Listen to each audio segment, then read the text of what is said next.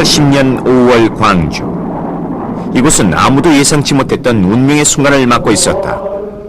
민주화를 요구하는 광주 시민의 시위가 신군부 타도를 위한 무력투쟁의 양상으로 발전한 것이다. 그것은 거스를 수 없는 도도한 물결이었고 민주화를 향한 대장정의 시작이었다. 무수한 발길을 짓밟힌 대로 민들레처럼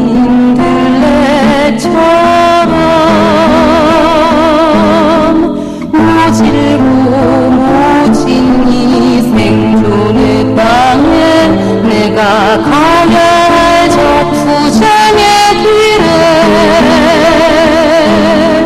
온몸 부딪히며 살아야 한다.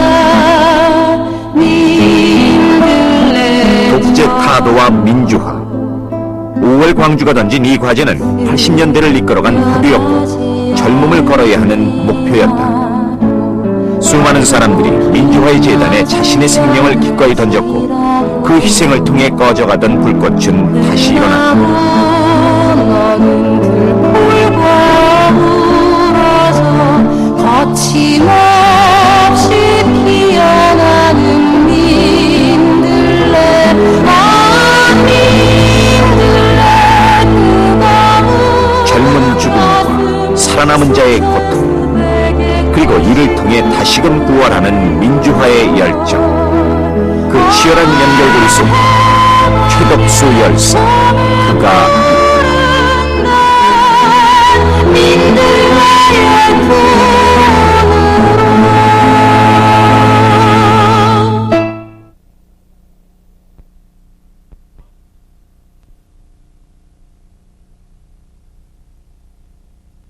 오월항쟁 계승하여 군부독재 타도하자. 광주항쟁 진상규명 국토권을 발동하라. 축제가 한창이던 캠퍼스에 결의의 첫 목소리가 울려 퍼졌다. 사람들의 가슴에 한 줄기 섬광처럼 내리꽂힌 그 외침은 그러나 곧 불길 속으로 사라졌다. 분신이었다.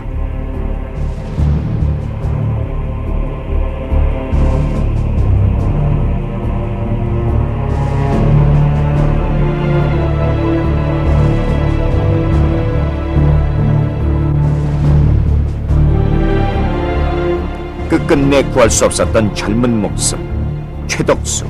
그때 그의 나이 겨우 21살이었다.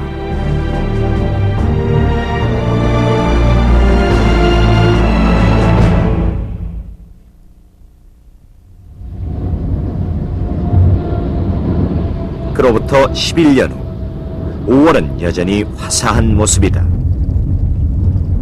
그러나 봄날의 정취를 놓치지 않으려는 차량의 홍수 속에는 이념의 무게가 사라진 지 이미 오래다. 여주에서 화훼 농장을 경영한다는 정환섭 씨에게도 과거의 기억은 남아있지 않은 듯했다. 안녕하세요. 아유, 안녕하세요. 안녕하세요. 제가 김철입니다. 예, 정한섭이랍니다. 예, 처음 뵙겠습니다. 예. 오늘 그 인터뷰 내용이요. 예. 몇 가지 되는데. 정환섭 씨는 대학 시절 최열사와 서도회라는 동아리에서 함께 활동했던 절친한 친구 사이다. 전공을 살려 대학대의 꿈을 이룬 환섭 씨. 그는 최열사가 분신 사실을 알렸던 유일한 사람이기도 하다. 아침에 우연히 만났어요. 덕수가 아주 얼굴에 상렬이 있더라고요. 오늘 분신한다고. 저는 뭐 주위에 뭐 친구들도 없었고 그냥 뭐 재차 방문할 정도로 그런 뭐 마음가짐이라든가 그런 경황이 없더라고요. 난생 친구 입에서 자기 자신이 분신한다는 말 들었을 때는 뭐 한데 얻어맞는 기분 같기도 하고 뭐 정신이 뭐 다른 생각이 없었어요.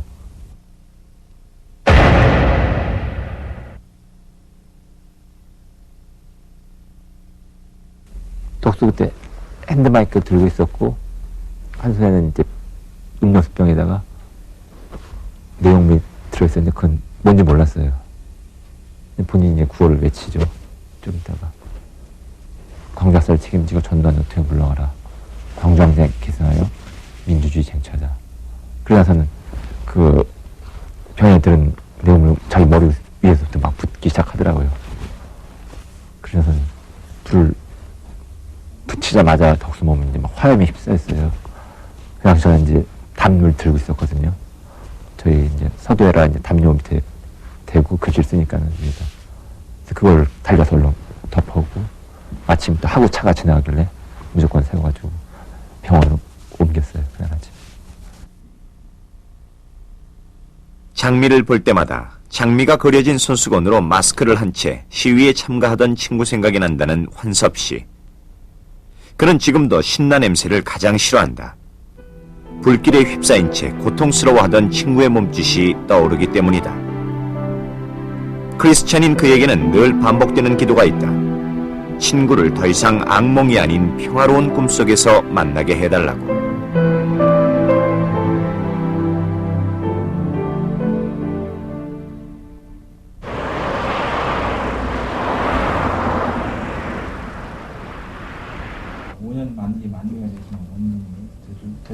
자동차 보험료가 다른 분들 오히려 내렸는데 보험 외판으로 살아가는 김광훈 씨.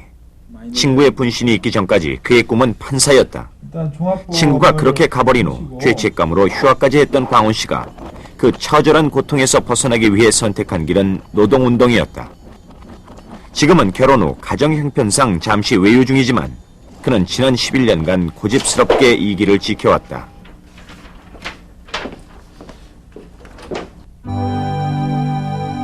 그는 알고 싶었다. 무엇이 친구를 그토록 힘들게 했던가를. 그리고 친구가 남기고 간 자신의 몫이 무엇인지를. 중학교, 고등학교 시절을 함께 보낸 단짝이었지만 광훈 씨는 노동운동을 통해 비로소 친구를 진심으로 이해할 수 있었다.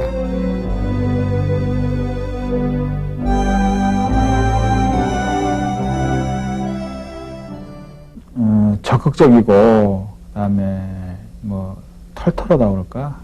그래서 친구들과의 관계도 특별한 격이 없이 굉장히 원만했습니다. 그리고 나름대로 좀 의리파 뭐 그런 친구들 있죠. 그런 친구 중에 하나였고, 그래서 친구들이 덕수를 많이 좋아했었습니다. 덕수도 많은 친구들이 있었고.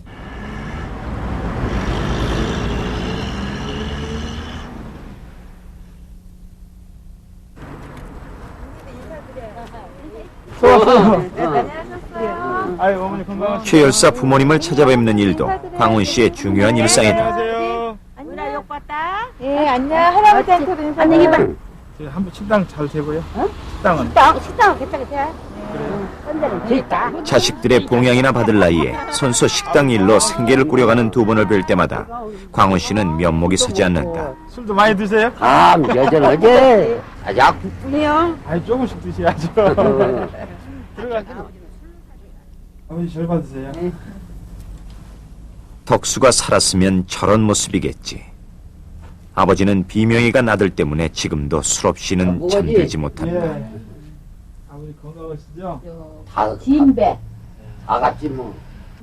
하늘이 엄마하고 같이 거기 갔었어. 그럼 그 시작은 요. 성격이 소탈하고 정이 많아 사랑이 유난했던 아들.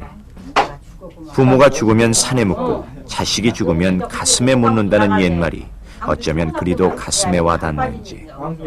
광주에 일 있을 때는 그러니까. 추모에 사야 되고 못 간다 야. 덕수 보고 가야지. 그래. 거기 앉아. 어머니는 요즘 덕수방에서 잠을 청하신다. 사진으로만 남은 아들의 모습. 그러나 그 모습이라도 들여다보고 말이라도 한마디 붙여보면 마음이 편해지기 때문이다. 하나 따내갖고 누가 놔둬야 나중에 할 말이 있다고 그러더라고. 그러면 추진대로 하라고. 자취 안 시키고 하수 시키려고 한 달에 15만 원 받아갖고 내가 14만 원을 가을 손에다 쥐어줬었어. 매달 붙여주고. 근데 12만 원 밥값 주고 2만 원 갖고 지가 생활한 거야. 용돈을 한 달 쓴 거야. 그게 제일로 가슴이 아파. 돈 2만 원 갖고 그 용돈 쓴 것이 그렇게 마음이 아파. 부모 현재 하고 나갔는데 보면 그때도 돈 2만 원이 돈이 안 있었거든.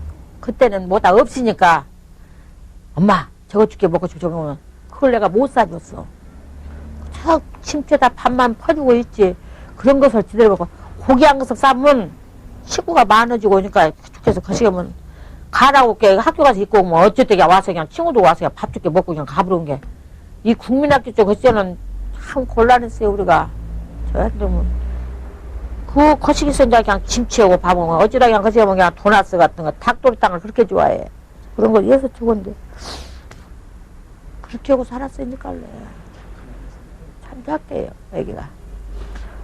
이게 죽었어도 지가 영혼이 있다 그러면 엄마 아빠를 못 잊을 거야.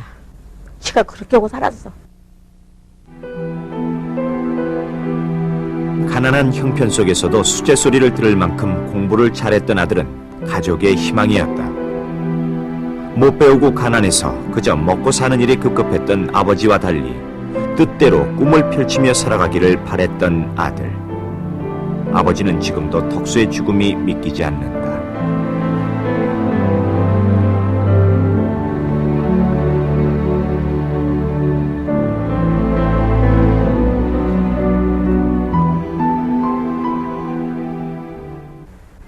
이 거시기 봄 다치면 꽃 이렇게 나올 때 제일 보고 싶어. 이제 교도소가 많이 들었잖아. 그것도 이제 내가 보러 가지. 그러면 내가 가족 보고 그래. 너희들은 명의 치러서 이렇게 있으니까 하나 하지 말고 있거라. 나는 그게 제일 원이다. 한쪽 다리가 없고 불고자가 돼서 살았기만 하면 내가 살겠다 이 말이야.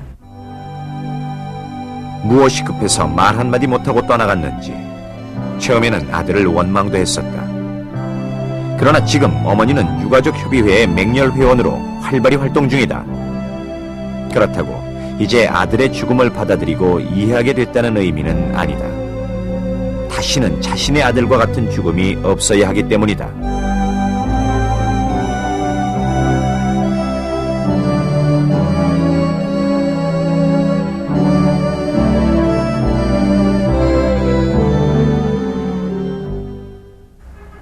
이 유가족들은 소개가 엉거리가 돼서 어디게 모르게 죽어요. 가만가만 보면 이렇게 대다 보면 그 엄마 어디 갔어? 죽었어. 그러면 이제 그만 설레고 울어요. 우리도 그 길이 그때 곧당 걷다는 것을 생각하면 운다고. 못 내면 어디 갔어? 그러면 죽었다고 갖다 묻었다고. 그러면 그거 내일 같아요. 내일. 얼마나 우는가 몰라. 그게 내일 같아갖고 좋은 세상 한 번을 못 살고 이렇게 해서 거시고. 이게 오늘이라도 죽으면 자식만 보고 같이 된다면 죽겠어. 근데 그게 지리다 무서 뭐 안 본다네. 야, 이 가슴이 아플 때는 꿈이라도 선물이라도 이렇게 되더라. 덕수야, 엄마 좋게 보고 싶은 게 좋게 되더라. 안 보여. 꿈은 안 보여.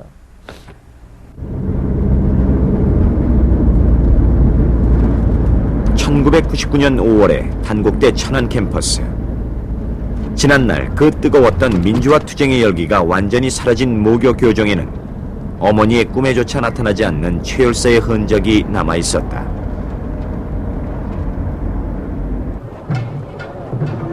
여전히 풋풋한 대학 2년생의 모습으로. 그러나 그는 이제 평범한 대학생이 아니다. 현대사를 다시 쓰게 한 민주화 운동의 기수.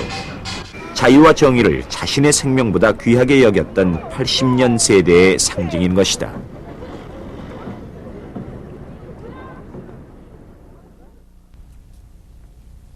(87년) 고등학교를 졸업한 최덕수 열사는 단국대 천안 캠퍼스 법학과에 차석으로 입학한다. 가정 형편 때문에 장학금 혜택이 있는 대학을 선택한 것이다.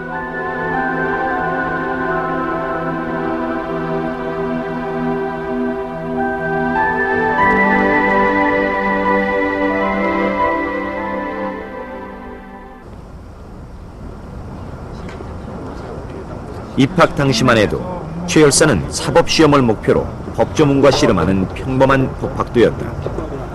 그리고 그가 추구하는 건 역시 법정에서의 정의였다. 그러나 87년 가을, 그는 법정 밖에서 자신의 정의로움을 기꺼이 시험했다.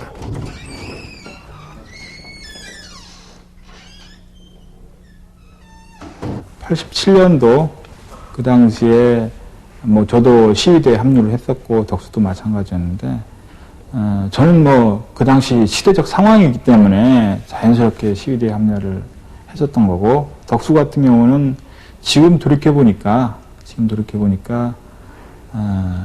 학생 운동이나 어떤 그 지식인의 양심 운동에 대해서 특별한 목적을 가지고 시대에 합류하고 좀 더 열심히 배우려고 했던 거 아닌가라는 생각이 들어요.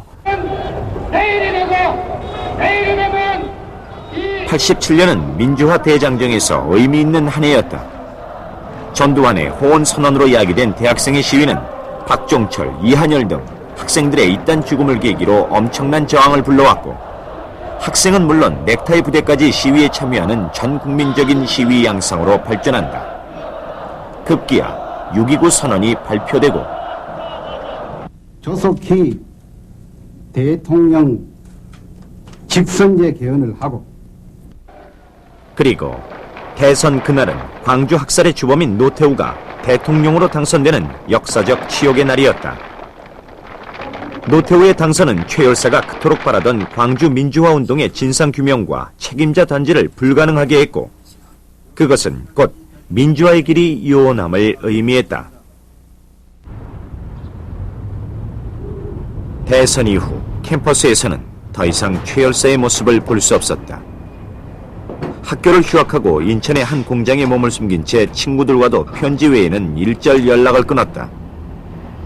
자신이 속했던 세계와 철저히 단절된 채 보낸 한 달여 동안 그는 과연 무슨 생각을 했을까?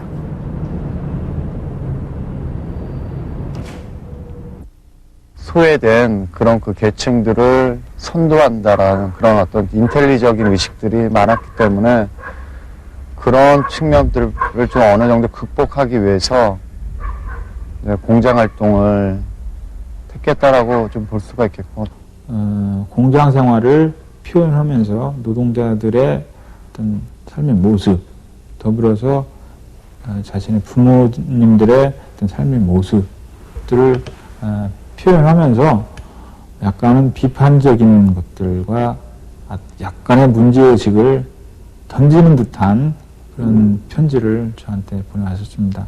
어쨌든 그런 것들이 저에게는 덕수가 그 과정에서 큰 어떤 의식적 변화가 있었다라고 분명하게 생각이 듭니다. 그는 이곳에서 구원의 싹을 찾고 있었는지 모른다. 현란한 말과 이상이 아무것도 바꿀 수 없다는 것을 그는 이미 경험했다. 이 땅에 민주화의 불길을 다시 피워올리기 위해서 지금 절실한 것은 누군가의 희생이었다. 그는 다시 캠퍼스로, 부모님 곁으로 돌아왔다.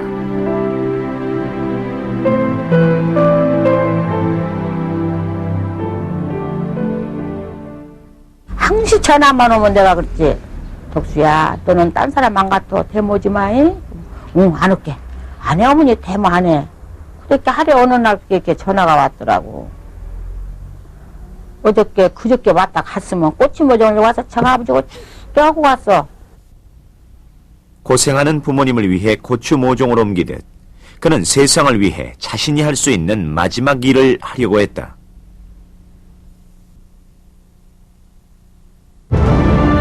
오월항쟁 계승하여 군부독재 다 놓아자. 광주항쟁 진상규명 국토권을 발동하라. 불길에 휩싸인 채 고통에 몸부림치는 작은 몸짓. 이것이 21살 최덕수 열사의 마지막 모습이었다.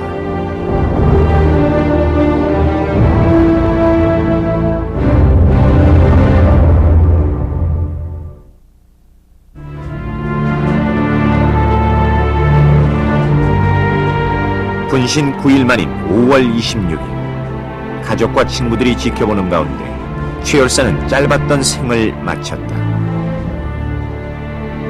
고독했던 죽음과 달리 장례식은 민주국민장으로 성대하게 치러졌다. 그가 감당했던 고통의 무게만큼이나 침통했던 장례식.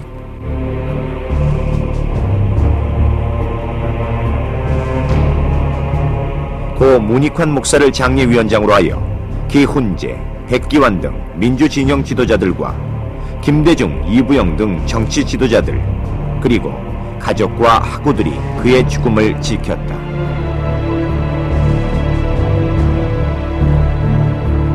그것은 단지 죽은 자에 대한 의례적인 절차만은 아니었다. 그의 신념과 용기에 바치는 존경이었고 그 뜻을 잊지 않겠다는 다짐이기도 했다. 그는 그렇게 떠나갔다. 세월 속에서 자신의 신념이 서서히 꺾여가는 모습을 지켜보기보다는 가장 순수하고 진실한 한순간을 선택한 것이다.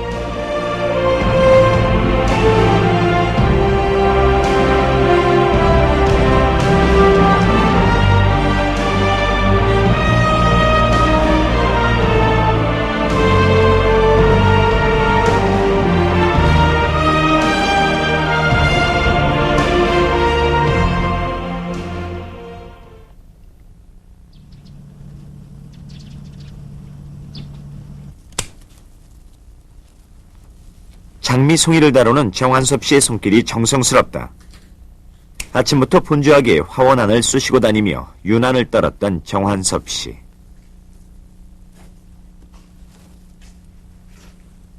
그렇게 고르고 골라 뽑은 가장 붉고 가장 싱싱한 이 장미는 가슴에 남아있는 한 친구의 몫이다. 광운 씨네도 아침부터 외출 준비로 분주하다. 언제나 바쁜 아빠와의 나들이에 아이는 무작정 신이 나지만 광운 씨의 마음은 이미 다른 곳에 가 있다.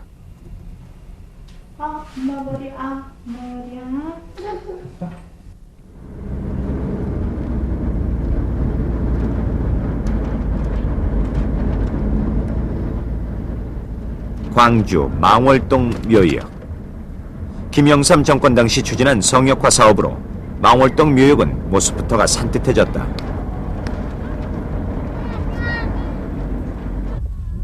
특히 대대적인 이장 사업으로 조성된 망월동 신묘역은 5.18 희생자만을 안치한 특별구역으로 관리되고 있다.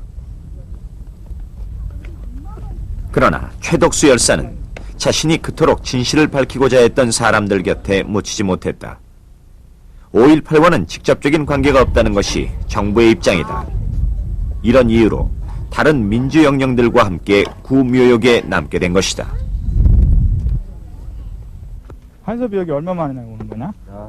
이제는 각자 서로 다른 길을 걷는 친구들을 1년에 한 번 한자리에 모이게 한 사람은 다름 아닌 최 열사다. 헌화대에 먼지를 떠는 어머니도 오랜만에 마음이 든든하다. 아들은 가고 없지만 이대로 영 잊혀지지는 않은 모양이구나 싶어 위로가 되기 때문이다. 3년 됐나? 저것은 어제 아 꽃을 좋아졌냐? 꽃 좋다. 21살 순수함 그대로의 영혼은 이제 일상에 지치고 무뎌진 30 초반의 친구에게 무슨 얘기를 들려주고 있을까?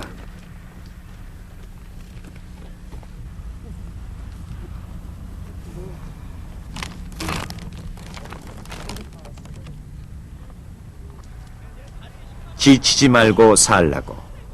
살아남은 자에게는 그 나름의 몫이 있는 거라고 그렇게 당부하지 않을까. 눈물 없이 아들을 바라볼 수 있게 된 어머니와 20대를 피멍울로 얼룩진 채 보냈던 친구에게 최 열사는 이제 살아갈 이유가 되고 있는 것이다.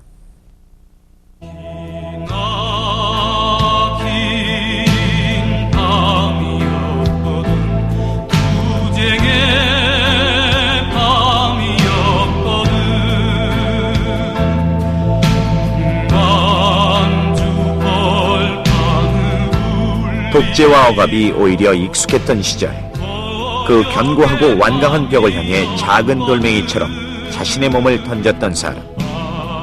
그는 투사이기 전에 옳은 것을 옳다 하고 그른 것을 그르다고 말하는 정의로운 사람이었다. 그래서 그는 선택되었는지 모른다. 이 땅의 민주와 정의를 위해서 자신의 가장 소중한 것을 베어 바쳐야 할 운명. 그리고 그는 기꺼이 21살의 젊음을 던졌다. 그리고 국정조사권이 발동되고 급기야 광주 청문회가 열리면서 광주 학살의 주범인 전두환 노태우에 대한 단죄와 함께 97년 광주 5.18 희생자들에 대한 복권이 단행되었다. 이렇게 광주항쟁의 진실이 형식적으로나마 밝혀지면서 광주항쟁은 역사적으로 평가가 이루어진 것이다. 최덕수 열사, 그는 이 땅에 거짓과 불의가 남아있는 한 진실과 정의의 이름으로 사람들의 가슴 속에 영원히 살아있을 것이다.